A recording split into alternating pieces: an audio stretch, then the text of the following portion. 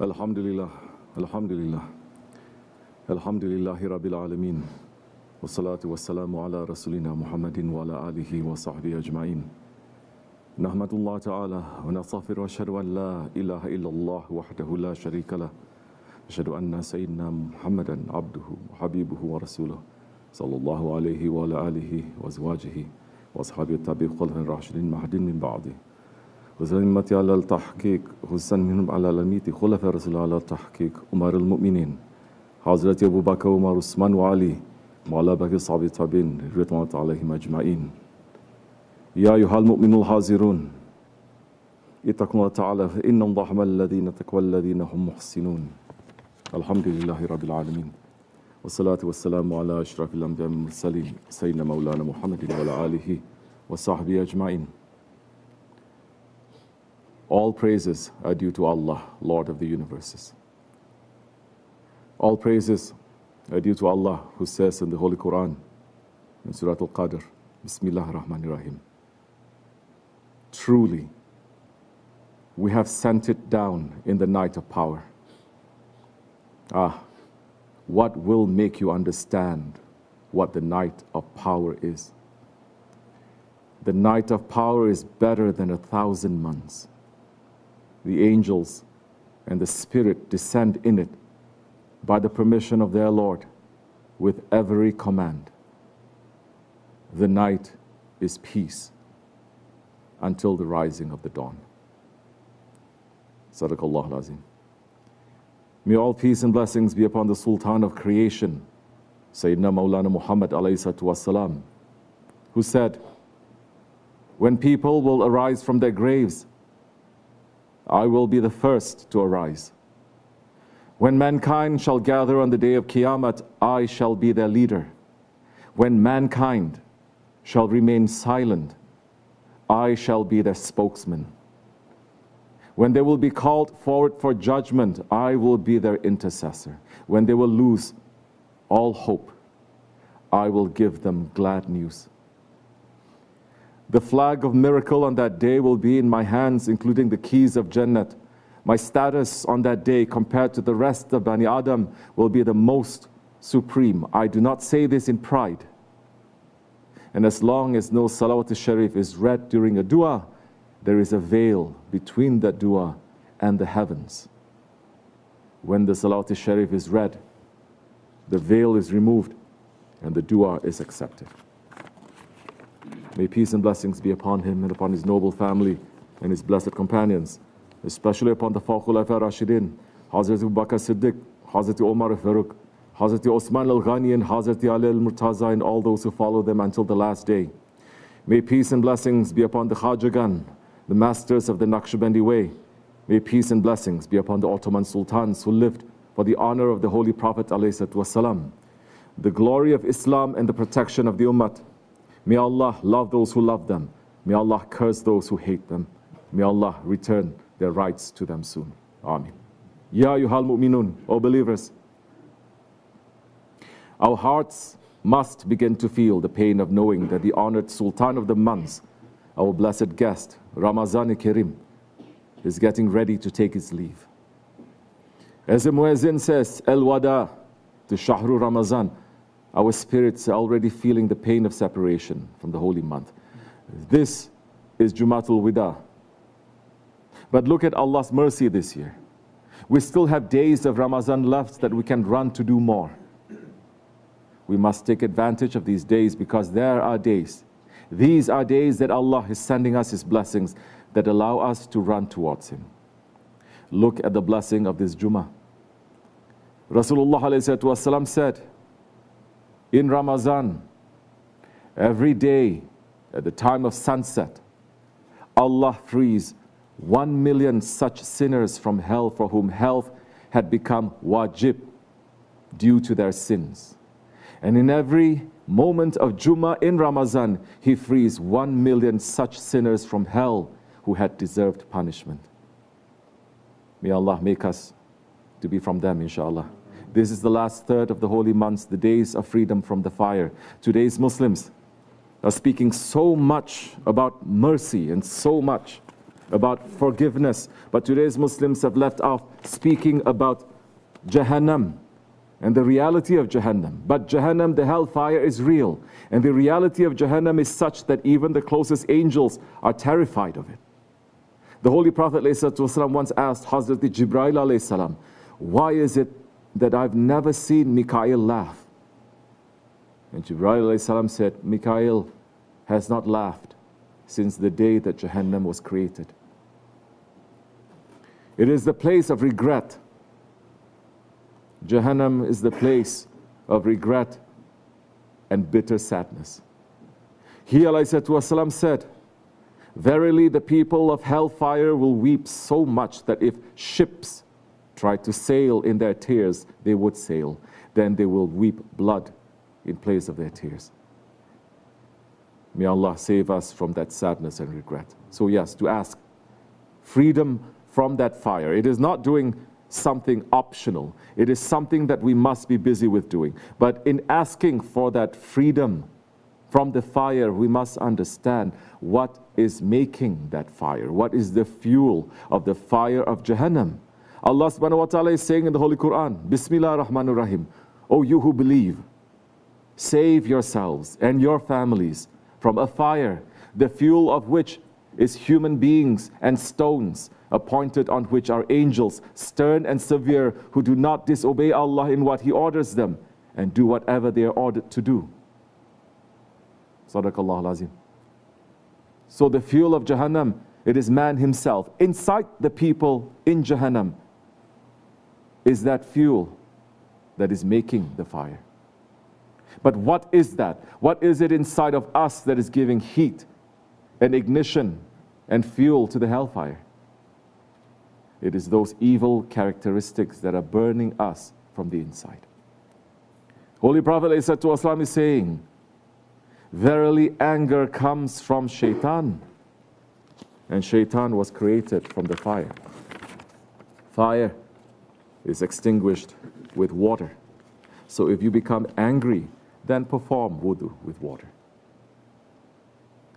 So how are we getting rid of that fire that is inside of us? What are you going to do in this life to ask freedom from that fire that is inside of you, that is going to become a fuel for the fire of Jahannam? Our Shaykh, Sahib al-Sayyid, Shaykh Abdul Karim al-Kibrisi Rabbani, Qadasullah Sir, is saying, there are the 4 characteristics of shaitan. If a man is carrying these 4, then he has inherited 4 secrets from shaitan. His appearance is of human, but his actions and everything is shaitanic. They are proudness, anger, stubbornness, and jealousy. There is no shafa'at for these 4 characteristics.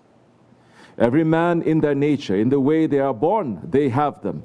Those are the characteristics of the ego. And we have to work on it. You have to pound on it. You have to knock it down to finish it. Otherwise, that overtakes you. And when that overtakes you, under the name of worshiping Allah, you are worshiping your ego. So now, as we are asking Allah subhanahu wa ta'ala for safety from the fire in these days, we need to look at our intentions and our actions and try to understand what fire we are pulling to ourselves. What kind of shaitanic characteristics do we have inside that will be fuel to burn? Is in dunya and in akhirat. Don't underestimate this. It's not a theory or philosophy. Allah subhanahu wa ta'ala is saying in His eternal words of haqq that mankind will be a fuel for that fire. We need to change ourselves from fuel into a creature that is worthy to return to the presence of Allah. How do we know that the fire of the ego is not a theory? Look at the world. We live in a world that is on fire. We live in a world that has been set on fire by the ego and shaitan, not by Allah. The ego and shaitan, who are the fuel of the fires of Jahannam. And that heat and that suffering is all over the world today. When an individual man does not cure himself from that evil, then the world becomes a reflection of hellfire, rather than a reflection of paradise. which is our original home. Hellfire is not our home. That is the secret behind Hazrat Maulana Rumi's word when he says, yesterday I was clever, so I wanted to change the world. Today I am wise, so I'm changing myself. Because when you submit to training, the training that cools your fire and turns you into a servant, you are taking the fire out of the world. This is Ramazan. Shaitans are locked up. When we read the descriptions of Ramazan from the Ottoman times, we are reading about a world that turned into a garden of paradise. But the world today is full of the fire of zulm. Look at Masjid al-Aqsa. While the tradition in the time of the Ottomans was for that to be a place of zikr and reflection and peace, the tradition now is that it has become a place of cruelty and injustice, being inflicted on the Muslims by the governments there. That now during every Ramazan they are coming and storming the masjid with their weapons, doing violence in that Haram-e-Sharif. In India, the land where sultans who are murids of our grand sheikhs used to rule, the evil of zulm has spread throughout the subcontinent. That little children whose names are Ahmad or Fatima are being beaten in the streets for being Muslim. That gangs are going around during Ramazan setting masjids on fire, destroying madrasas. All of that in this last Jummah of Ramazan. We are praying to Allah to lift that zulm from the believers and to set them relief. Never forget that the dua of the mazlum, of the oppressed person, is always accepted. And that dua goes straight to the presence of Allah. Rasulullah ﷺ said, beware of the dua of the oppressed person, because it goes up to Allah as if it were a flare. And he ﷺ also said, beware of the dua of the oppressed, because it is carried above the clouds. Allah Almighty says, by my might and majesty, I will help you in due time. In this last Jummah of Ramazan, we are asking Allah to help the Muslims soon, and for us not to be zalims. Being zalim is one of the worst things that a man can be, and is one of the many things that definitely makes him to become the fuel of Jahannam. Holy Prophet ﷺ said, verily there is a valley in hell named Hab-Hab, in which will reside every tyrant. Beware lest you become among them. We should spend the rest of Ramazan looking at what we have inside of us that is burning our akhirat, and try to fix it. The dua of Hazrat Yunus alayhi salam, La ilaha illa anta subhana in kuntum minaz zalimin. That dua and that zikr is something that murids should be busy with every day. We must try to fix that. Hazrat Umar radiallahu anh said, hold yourselves accountable before you are held accountable, and evaluate yourselves before you are evaluated, because the reckoning will be easier upon you tomorrow if you hold yourselves accountable today. And this is the backbone of the Naqshbandi order. So now we have to look at our attitude to see what kind of people we are. Today we see Muslims who think that they are the best Muslims that ever came to the face of the earth. They are influencers, speakers, professors, scholars. But do we stop to ask ourselves if we are even believers? Farooq al-Azam said, do you really consider yourselves to be believers while among you a believer is starving? There are so many governments today, Muslim governments, that have wealth that is beyond the imagination of the people. Not just governments, but so many Muslims, that if they wanted to right now, just by fulfilling the rights of zakat on the Muslims, they could ease and end the hunger and poverty of the Muslims from Africa to Indonesia today. But instead of fulfilling the rights of the fuqara and the orphans, they are running to enrich themselves to hoard and to become more tyrannical to the Muslims, while being the most generous to the unbelievers. Those ones will be dragged in chains on the day of judgment. May we not be from them. But we must understand that if we are not working on our ego daily, we are the same as those oppressors. Just we don't have worldly power in our hands. We have an example of what happens when an entire nation is working to change their inside from being people of Jahannam to become people of paradise. The Holy Ottomans, they were running after the sheikhs to learn the ways of purifying the ego and serving the believers. Yes, that was an empire. That was an empire of Sufism. Yes, in their time, the Sultan didn't sit if he knew that even one believer was hungry. Yes, in their time, an army could be raised to defend the honor of a single Muslim. Yes, in their time, the whole nation was gathering together to remember Allah, to serve Allah, and to build the work of Allah on the earth. Yes, in their time, the whole earth became a paradise in the days of Ramazan. And yes, in their time, they weren't just sitting and saying to Allah, show me mercy, show me forgiveness, help me. They were running to do the work of Allah and to show that to others. They were running after the word of Hazrat Umar, who taught, whoever does not show mercy will not receive mercy. Whoever does not pardon others will not be forgiven. Whoever does not forgive others will not be forgiven. Whoever does not pardon others will not be pardoned. Whoever does not protect others will not be protected. So what are we doing to be merciful? What are we doing to forgive others? What are we doing to pardon others? What are we doing to protect ourselves? We are saying, we are walking on the way of the Naqshbandis. Listen to the attitude. Listen to the attitude we should have. Khwaja Azizan Ali Ramitani Qadasir said, there are many people who consider hizmat, khidmat, a favor, and trade hizmat in exchange for gratitude. But there are very few people who consider it a favor that they are allowed to do hizmat.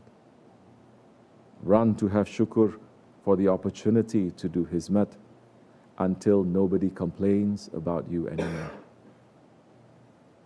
Oh believers, whether we are awake to it or not, we are walking on the road to our akhirat. And every step that we take is a step either towards Jannat or towards Jahannam. We should watch our steps. We should be aware. We should be awake. We should watch our breaths. So we must wake up, inshallah, in this Ramazan. We should wake up.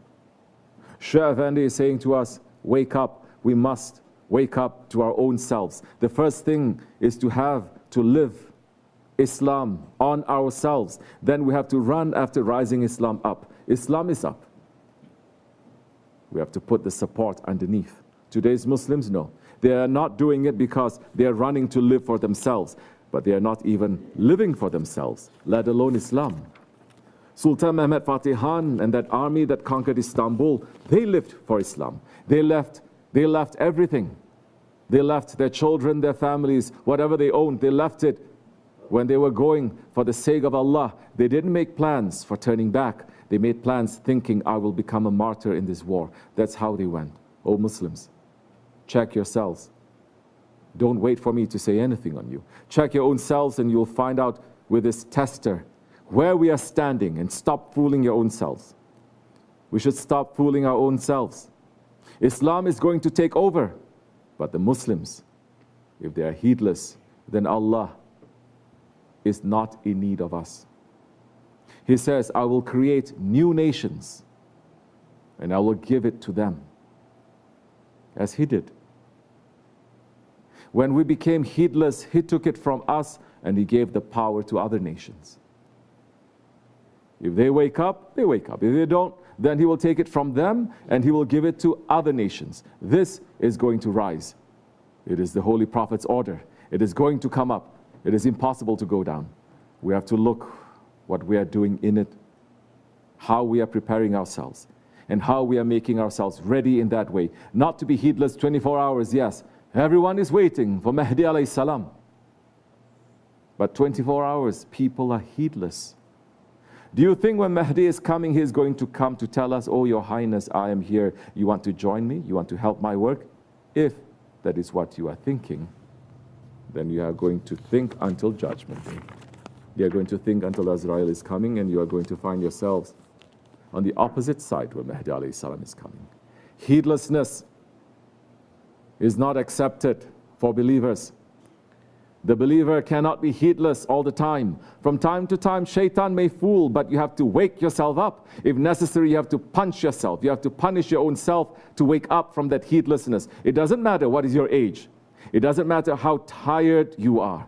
You have to be in an awakening station. Oh, believers, if you are not going to help in that work, then at least die in that way. And that way we will be honored and we will come to the judgment place clean, inshallah. And Sahib al-Saif speaks the truth.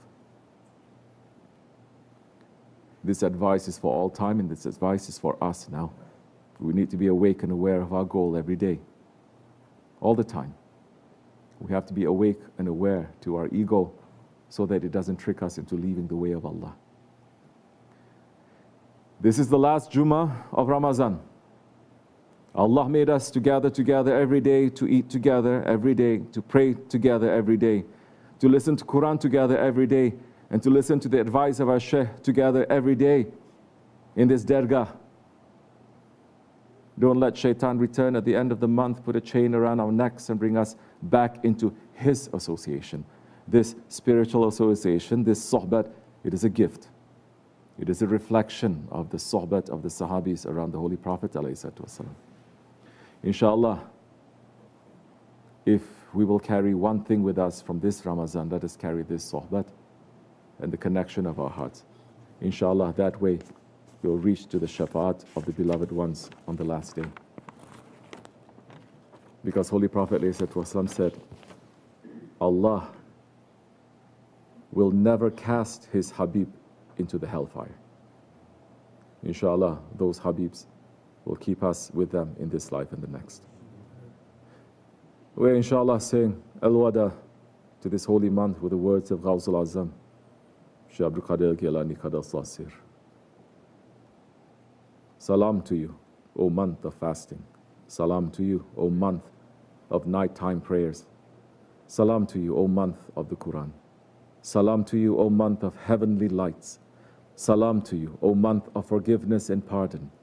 Salam to you, O month of climbing up the steps towards paradise and down away from the steps of hell. Salam to you, O month of the worshippers. Salam to you, O month of the knowers. Salam to you, O month of those who have true judgment. Salam to you, O month of safety and security. You are a prison for disobedient sinners, and you are a place of comfort for the obedient worshippers. Peace be upon the lamps and lanterns that shine bright.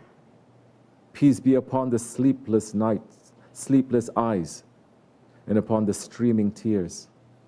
Peace be upon the mihrabs of the masjids and upon the tears that have flowed. Peace be upon the sighs that arise from the hearts that are burning with passion. Ya Allah, make us from those whose fasting and prayers have been accepted, and those whose evil deeds have been transformed into good deeds by you, and among those whom you have allowed by your mercy to enter your garden of paradise, and among those who you have granted higher stations.